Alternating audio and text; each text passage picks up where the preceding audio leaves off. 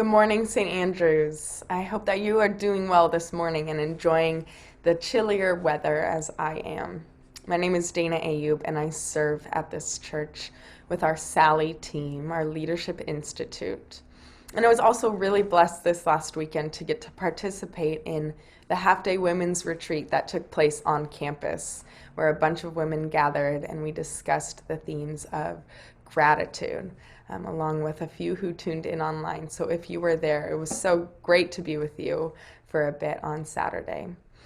Now, part of what we got to discuss in the theme of gratitude was a psalm that I had the honor of reading to kick off the morning. And the psalm that I read to start us off is Psalm 74. Now, this is identified by some scholars as a psalm of complaint, which might sound counterintuitive to a day themed for gratitude. I'll go ahead and read you the first few lines of this psalm, and then I encourage you after this to spend some time in this psalm, in quiet solitude with God, reading through this psalm and really sitting in it. And here are the first few lines. You walked off and left us and never looked back. God, how could you do that? We're your very own sheep. How can you stomp off in anger? Now, rightfully so, this is called a complaint psalm. But it's really vital that we integrate a psalm like this as we ponder the theme of gratitude. And that was wrapped up beautifully by one of our church members, Laura Conover, later in the day, and by many others who were there discussing this theme.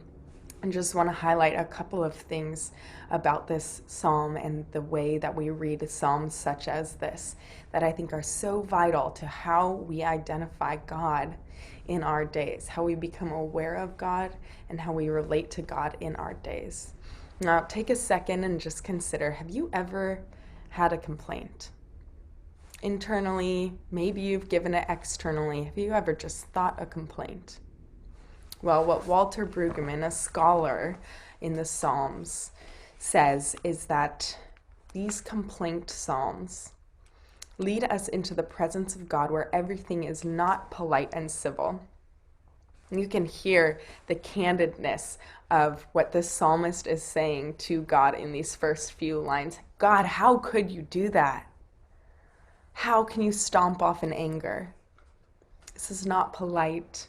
This is not censored, as many of the Psalms are not.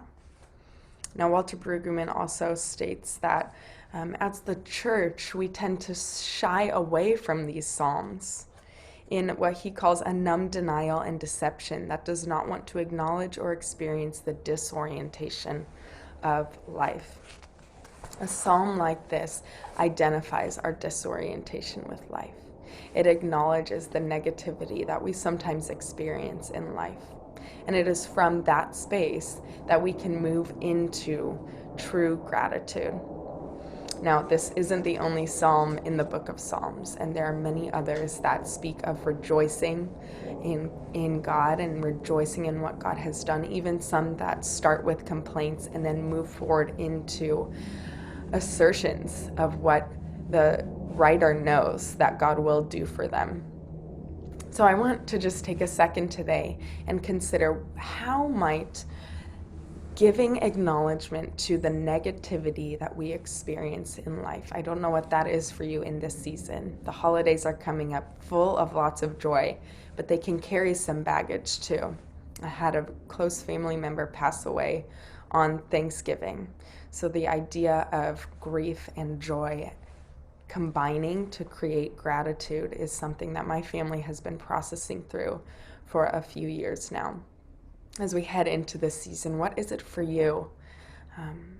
What is the negative space that you've encountered where acknowledging that space and sitting in it and being candid and honest with God about it might create fertile ground for gratitude? One last quote from this scholar, Walter Brueggemann, that I love so much.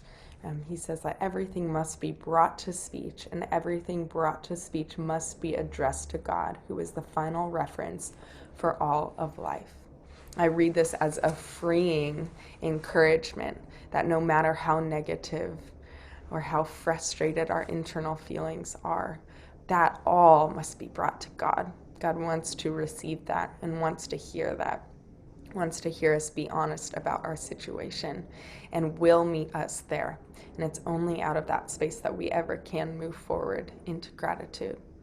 I pray that today you encounter intimacy with God in that space as you reflect on these things. And I encourage you again to go back and read through Psalm 74 slowly. Have a great day.